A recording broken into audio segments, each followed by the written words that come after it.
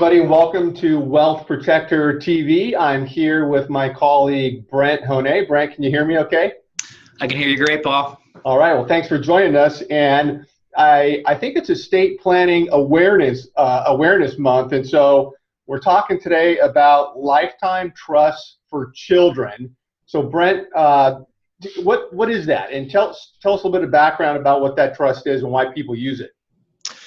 Well, Paul, basically the idea is when I meet with clients, they come in here typically, with a feeling or a general idea of what they want to do for their family, for their kids, and we need to get into what the different options are when you're leaving assets to your kids.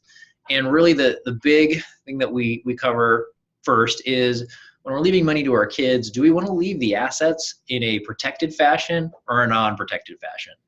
And one big pet peeve of mine is I review a lot of trusts, and I find that the money that's left for kids is largely unprotected. Is it meaning that people just leave it outright to the kids? Yeah, either they leave the money outright for the kids, in which case they can do whatever they want with it. So, if we're talking, my kids, for example, I don't know how they're all going to turn out in terms of who's responsible, who's not, but I can tell you as a general rule, most 18-year-olds are not responsible to handle a large estate if that were to happen. So from that perspective, it's bad. From a creditor perspective, if something's happened and they have done something stupid and they're involved in a lawsuit, that money's fully up for grabs. There's no protection whatsoever to help them out in that situation. So that's a bad thing. And it's not just the outright distribution, Paul. It's the staged distributions as well that I have an issue with. The most common type of a setup that I see would be the type where maybe money isn't given at age 18, but it's staged out. You get a third at age 25, a third at age 30, right, a third at age 35, that sort of thing. So the idea then is, like when you mentioned protecting the assets from the potential creditors of your kids, I've heard you talk about this before. You and I have talked about it offline. So you're talking about if your kids get sued, if they're in a high-risk profession, or even if they go through divorce, this sort of lifetime trust protects from that? Yeah, it does a really good job. So let me explain what that means. So if I have, on the one hand, if I'm looking at someone in their trust, for their kids, and when I say kids here, it could be young kids, it could be older, married children that are off and running. It doesn't really matter. But if I'm looking at a trust where it says that the trustee must distribute money at certain ages, it's mandating that to happen. It means that if they're involved in a lawsuit in the future and that money is in that trust, the creditor can sit there and literally wait for that date to happen. They hit age 30, they know they've got to distribute a third. It's going to happen. It has to happen. And they can literally force that distribution, and the money that you've left for your children ends up in the hands of a creditor, which is what you don't want.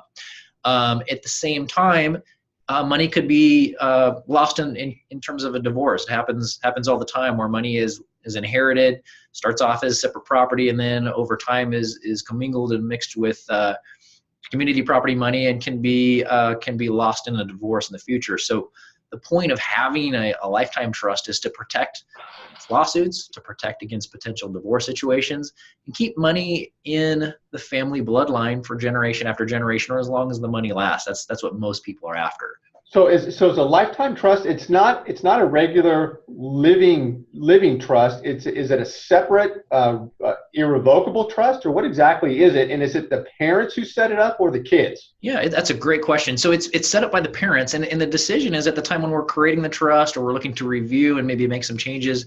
The idea is that we set up a trust. It starts off as your typical revocable family trust that you have, that I have, that most of us have. But when it comes to the point where we're saying, here's how we're leaving money to our kids, we're leaving money to our kids in the form of a trust that's going to provide them with some options for money to come out over the course of their lifetime. The kids aren't the ones that are necessarily in charge of being the trustees of that money. Other people are. Those other people can be other trusted family members. They can be family members in conjunction with attorneys that are trusted, or CPAs, or any number of people that you feel are the trusted people to be the gatekeepers. And then money can come out rather than arbitrarily, where it's just, here's at age 25, 30, 35, that sort of thing, where we're literally creating almost a trust fund mentality with our children, where they're just waiting around for money to come out. It can be it can be earned out over a number of different provisions. So for example, what I find common is when I ask parents, what do they want for their kids? What do they hope to have happen? They say, well, things like, I want my kids to be hard workers. So I don't want them to sit around and wait for money. But what I'd rather is have a provision in there that says if they earn X amount of dollars at the end of the year, they can take that W-2 to the trustee. And whatever that amount is, that's the amount that can come out of the trust in addition to money that's there and available for their health, education, maintenance, and safety. That way they can earn the money out of the trust, and a good trustee would say, look, kid, good job. Next year, go earn more money because I can give you more out of the trust if you do that. And it literally motivates the kids to work harder. Right. Other things you can put in there would be things like college rewards. A kid graduates from an accredited college and money comes out for that purpose. So here's your reward for doing something that way, as opposed to just, hey, I hit age 30, I can either go to work, for the next year or two, or I can sit around and wait for the money my mom and dad left me. So, you got some really cool things you can do with a lifetime trust that you can't necessarily do with the typical that I see out there with the staged trusts. Right. So as we wrap it up here, I know we want to keep this short. So your advice for parents who haven't looked at the lifetime trust or the asset protection trust for the kids and they're doing their planning or they need to update it is to consider what is just to look into how this impacts their family. What's the parting pearl of wisdom that you have? I would say if you fall into the category where you have an existing trust, in many cases it was done when the kids were younger, a lot of times gone by, it's a good time to review that trust. I like to review estate plans with folks minimum every other year, or when there's a change in their situation.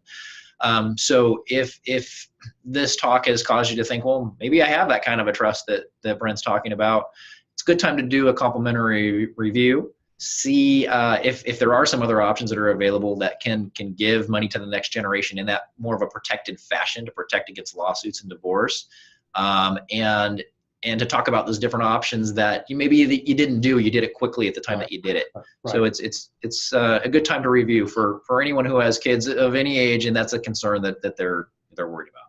Great. Thanks, Brent. Great information. Thanks everybody for watching the video, and we'll see you next time.